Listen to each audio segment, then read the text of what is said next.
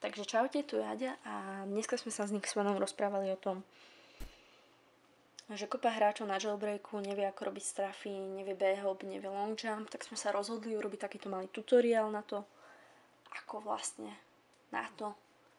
Čiže začneme strafami, keďže to je základ všetkého.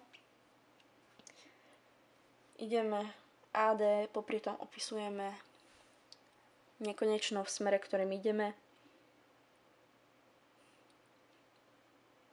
Následne B-hop.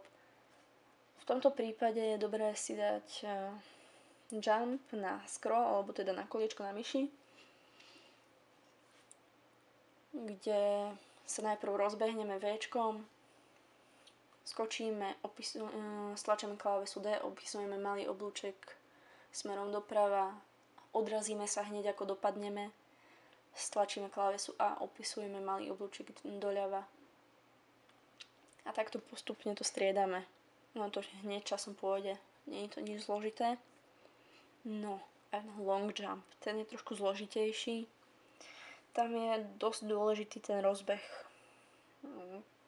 Neodrážajte sa, prosím vás, nerozbiehajte sa čiste len klávesou V. Je to podľa mňa dosť veľká hlúposť. Nedáte žiadnu veľkú dĺžku.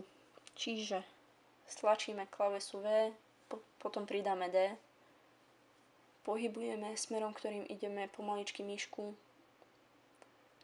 odrazíme sa, stlačame klávesu A, D, stačí možno raz, dvakrát, no vám to potom už vyhodí, na konci si čupneme.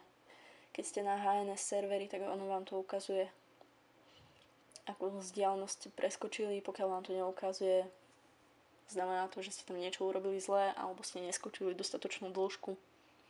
Takže dúfame, že vám tento tutoriál pomohol a ďakujem Nixmanovi za spoluprácu a za to, že nám to všetko ukázal, že bol taký ochotný nám to ukázať. Takže majte sa krásne. Ahoj.